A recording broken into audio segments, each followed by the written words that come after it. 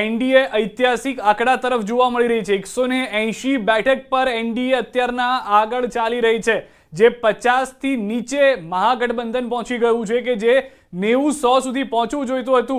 હાલમાં પૂનાવાલાની પ્રતિક્રિયા આવી રહી છે। जनता ने SIM मतलब सुशासन, नरेंद्र मोदी जी का और नीतीश जी का, ईमानदारी और महिला सशक्तिकरण के लिए बढ़ चढ़कर वोट किया है। और जो DIM डायनेस्टी, इन फाइटिंग और माफिया राज और कट्टा राज लाने वाले लोग थे, उनको नकारने का काम किया है।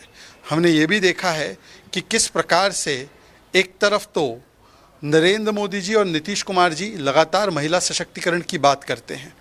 हम देखते हैं कि चाहे महिलाओं को अपने रोज़गार शुरू करने के लिए उनको उनके खाते में पैसे डालना हो, चाहे बच्चियों को साइकिल देना हो, यूनिफॉर्म देना हो, या महिलाओं के लिए आरक्षण करना हो, और दूसरी तरफ महिला सुरक्षा की नहीं बल्कि माफियाओं को बढ़ावा देने वाली बात हुई। हम खाते में पैसा डालते थे, वो कट्टे में गोलियां डालना चाहते थे। जब से नरेंद्र मोदी जी 2014 में प्रधानमंत्री बने हैं, तब से एक प्रो इनकम्बेंसी की लहर चल रही है।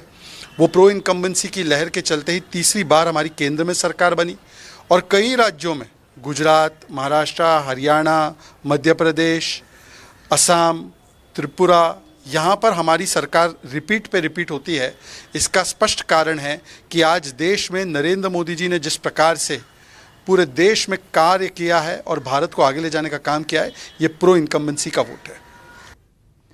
તો વિશાલભાઈ, જે ચર્ચા થઈ રહી હતી, કદાચ એ જ મુદ્દો છે। ભાજપના નેતા કહે કે કોંગ્રેસના નેતા અત્યારના ઓન કેમેરા નહીં કહે, સામાન્ય જનતાએ તો કહી દીધું છે, એ વાત સ્પષ્ટ થઈ ચૂકી છે કે જમીન પર કરેલું કામ।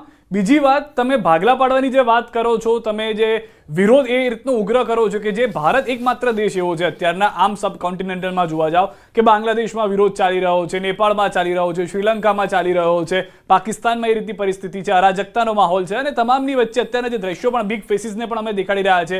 વિજય સિન્હા જે બીજેપીના ઉમેદવાર આગળ ચાલી રહ્યા છે, 181 બેઠક જેટલી કુલ વિધાનસભાની બેઠકો ગુજરાતની છે, તેનાથી એક ઓછી અત્યારના આ પકડીને ચાલો કે એનડીએ ગઠબંધનને લીડ જેટલી મળી રહી છે 181, અને કુલ બેઠક કેટલી છે 243 બેઠક। અને આ જે છે હજી સુધી પરિણામ નથી, આ તો વલણ છે, પરંતુ પરિણામમાં પરિવર્તિત થતા આને એટલો સમય નહીં લાગે। એલજેપી, જેના પર દાવ લગાવો કેટલાક વિરોધ પક્ષના નેતા એક્સપર્ટ્સ કહી રહ્યા હતા કે ખોટું છે, બીજેપી એટલી બેઠક પોતાની પાસે અથવા તો નીતિશે પોતાની પાસે રાખવા જેવી હતી, કદાચ તેના કરતાં પણ ચિત્ર અલગ જોવા મળી રહ્યું છે। અને આ એલજેપી પણ આગળ ચાલી રહી છે, જેટલી બેઠક આપી છે તેટલી જ બેઠક જેણે જીતી લેવી હોય તે પ્રમાણેનો માહોલ જોવા મળી રહ્યો છે। મંગલ પાંડે સિવાનથી બીજેપીના ઉમેદવાર આગળ ચાલી રહ્યા છે। 1 કરોડ નોકરીનું વચન ફળી ગયું હોય તેવું લાગી રહ્યું છે। એક તરફ બિહારમાં ફરી અબકી બાર નીતિશ બા, એ વાત જે સ્લોગન જે શરૂ થઈ ચૂક્યા છે, નીતિશ કુમાર ફિટ જ નહીં હિટ સાબિત થઈ રહ્યા હોય, કેમ કે ફિટનેસને લઈને સવાલ હતા, ઉંમરને લઈને સવાલ હતા।